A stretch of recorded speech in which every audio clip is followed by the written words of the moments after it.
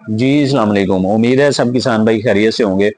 अच्छा, जितने किसानों के सिट्रस के बागात हैं और वो बड़े परेशान अक्सर होते हैं कि उनके जो मुख्तलिफ बीमारियों का जब अटैक होता है तो वो फल जो है वो ख़राब हो जाता है या उनकी मार्केट वैल्यू जो है ना वो गिर जाती है। मार्केट में सही उनका जो है ना वो बिकरा नहीं होता।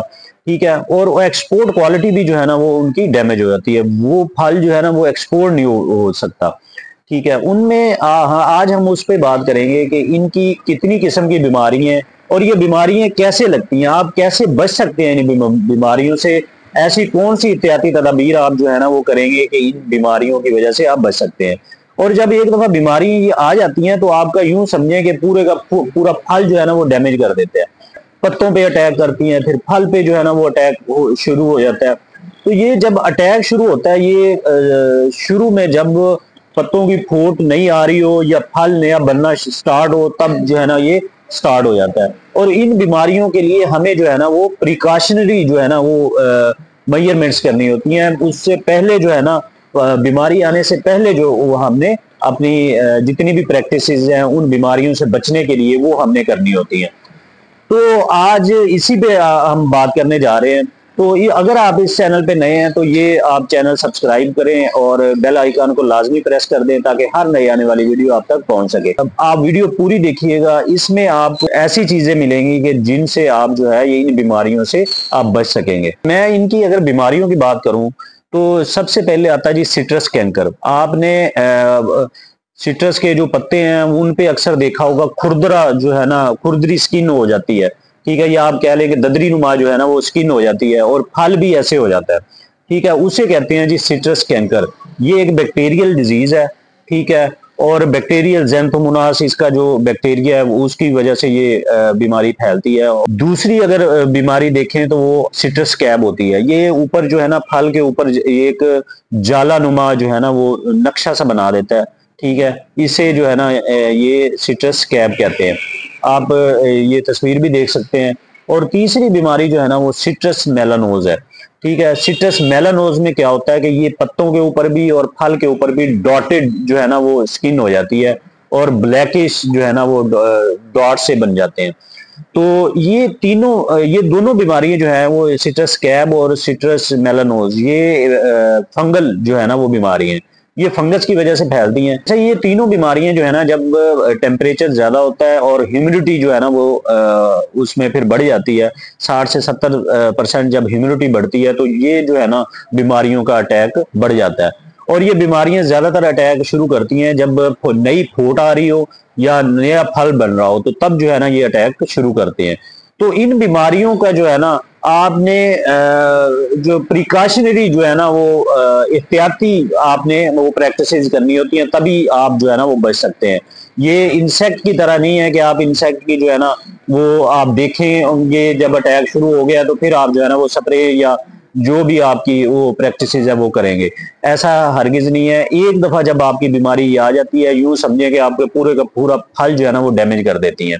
और आपके जो पत्तों पे अगर अटैक होगा तो वो पत्ते भी आपके जो है ना वो गिर जाएंगे, खुश्क होके गिर जाएंगे। इसके अगर कंट्रोल पे आए तो कंट्रोल में आपने क्या करना होता है कि जैसे आपकी जो है ना बर्दाश्त हो, मतलब आप फल की तुड़ाई करवा लें, उसके बाद फिर आपने जो प्रूनिंग करनी होती है तो उससे जो है ना उसके बाद आपने स्प्रे लाजमी करनी होती है फंजीसाइड की।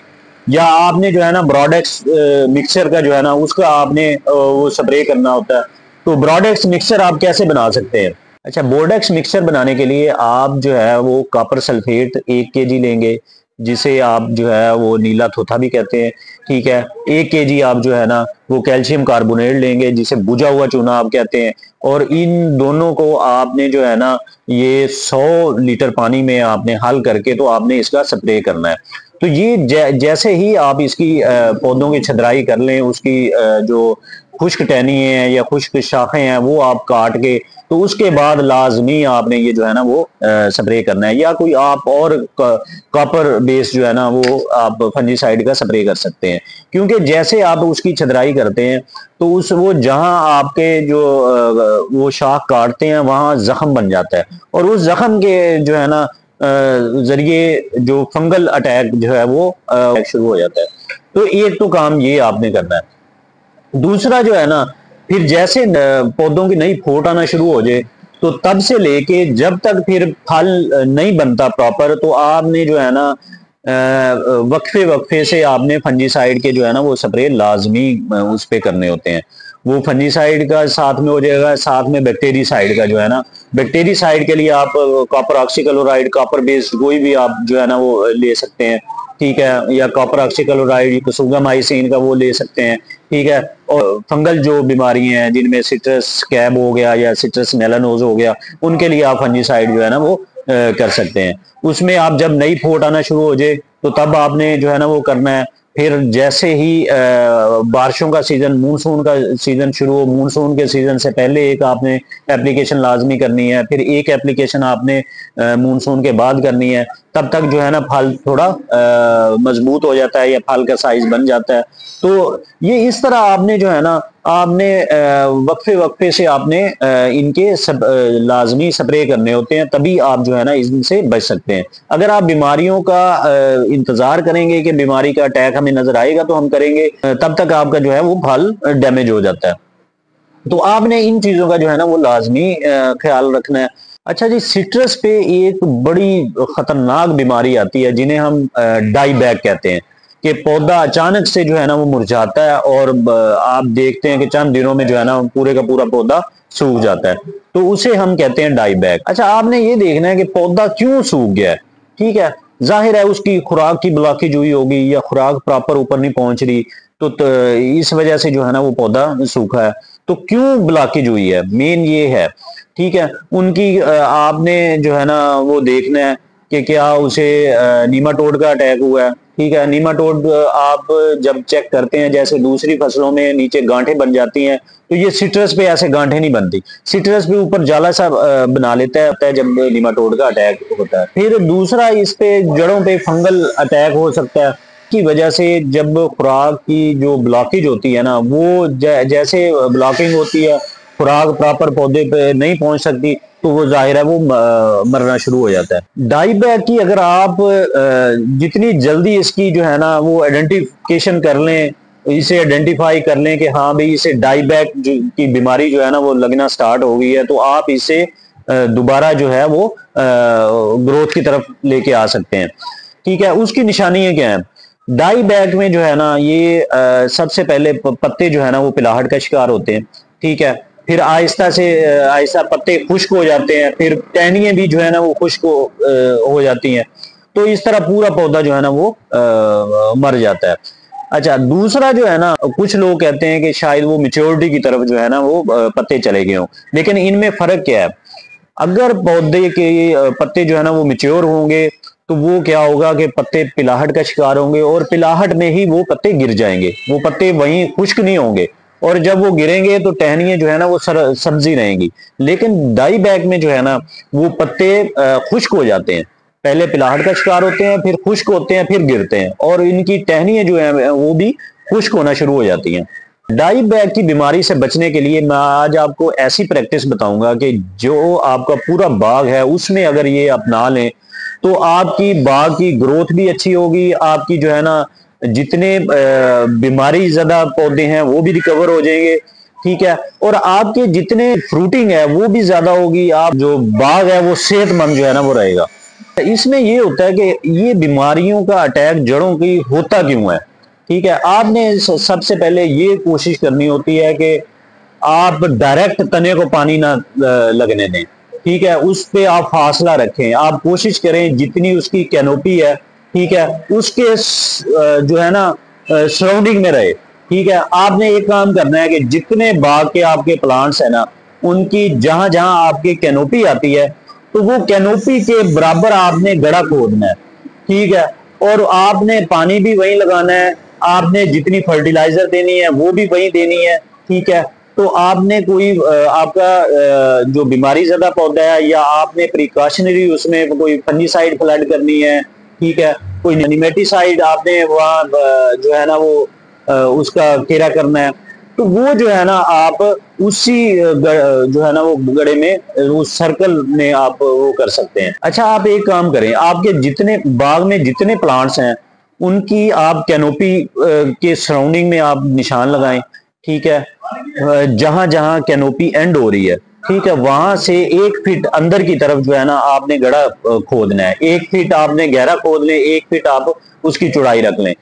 तो आपने जितना भी आपने पानी भी वहीं लगे, ठीक है, आपने जितनी फर्टिलाइजर देनी है वो भी उसी गड़े में लगे, ठीक है। आपने कोई किसी भी किस्म की ट्रीटमेंट करनी है वही जो है ना, क्योंकि इसका क्या मकसद क्या है कि आपकी जितनी फीडिंग रूट्स होती हैं या रूट हेयर्स होते हैं वहीं से खुराक लेती हैं, ठीक है। आप जब टारगेट पे कोई भी चीज देंगे तो आपका जो बीमारी का जहां भी अटैक होगा तो बीमारी से भी आप जो है ना वो रिकवर कर लेंगे।